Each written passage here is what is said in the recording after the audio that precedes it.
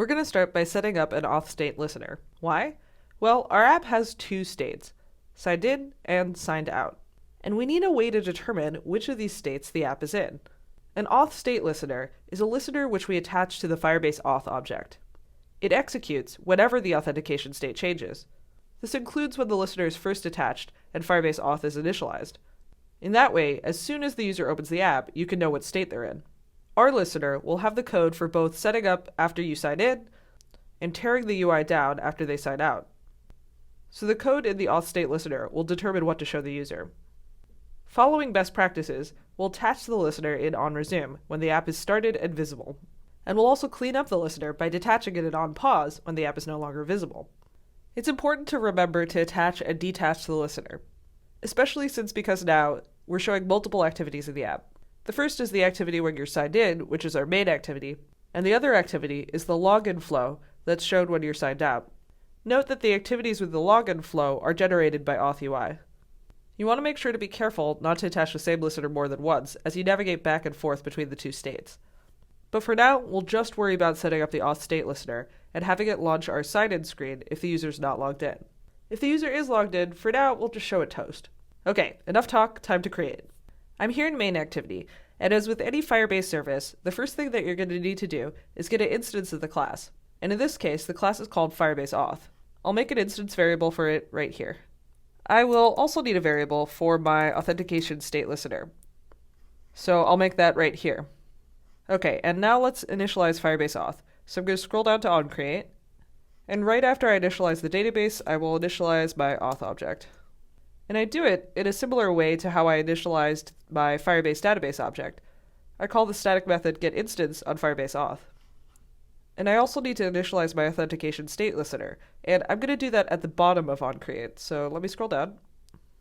And here at the bottom, I'm going to say m AuthStateListener equals new authentication state listener. Right now you've created your authentication state listener, but you haven't attached it yet. If you remember what I said before, you're going to do that in onResume. So let's scroll down, and we're going to add both onResume and onPause. So here in onResume, I'm going to add the authentication state listener, and I'll do that by calling on my Firebase Auth object add authentication state listener, and I'll pass in the listener. And then up here on onPause, I'm going to do the corresponding removal of the listener. And that's just using the remove AuthStateListener method. Okay, so I'm adding it and I'm removing it as the activity is in the foreground and then no longer in the foreground. So at this point we have a listener, it's getting added and it's good to go, but if we scroll up to our actual definition of it, it is not actually doing anything. So what you want to do is to actually check if the user is logged in or not. And then if they're not logged in, you're going to show them that login screen. Now in this onAuthStateChanged method, you're given this parameter here, this Firebase Auth parameter.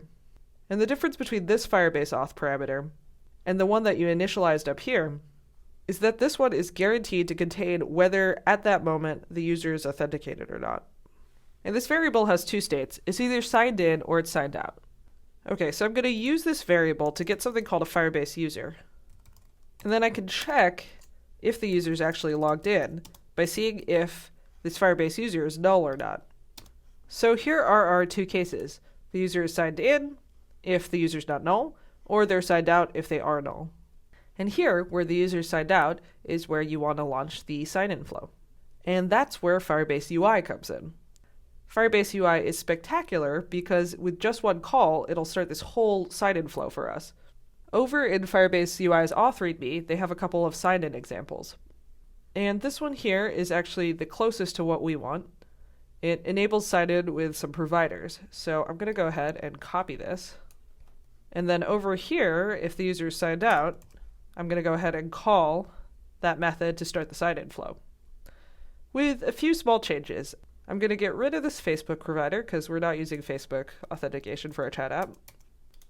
And here I'm going to do something called disabling smart lock by setting is smart lock enabled to false. Smart lock allows the phone to sort of automatically save the user's credentials and try to log them in.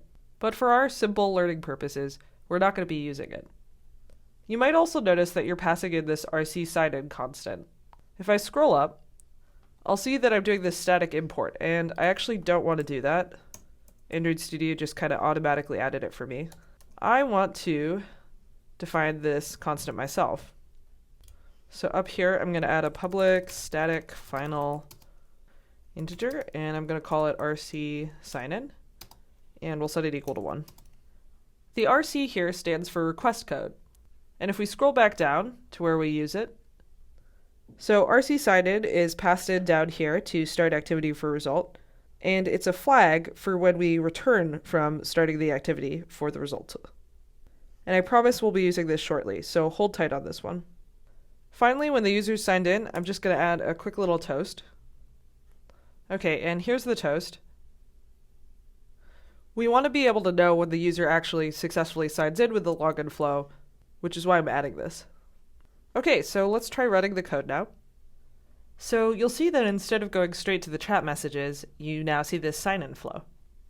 This sign-in flow was brought to you by Firebase UI, which is pretty nifty considering that you only had to write this one line of code here. Okay, so I'm going to say sign in with email, and Firebase UI actually deals with the entire login flow for that. So I'll enter my email here, and then it's smart enough to know that I don't have an account yet, so I could give it my name and a password. Okay, and then I'll save it. Now that I'm successfully logged in, I see my toast. There are a couple bugs on this screen though, and they mostly have to do with our read listener and permissions, and you'll be fixing that up next. But for now, revel in the fact that you've logged in your first user. Also, if you go to the Auth tab, you'll be able to see them created here. Awesome work.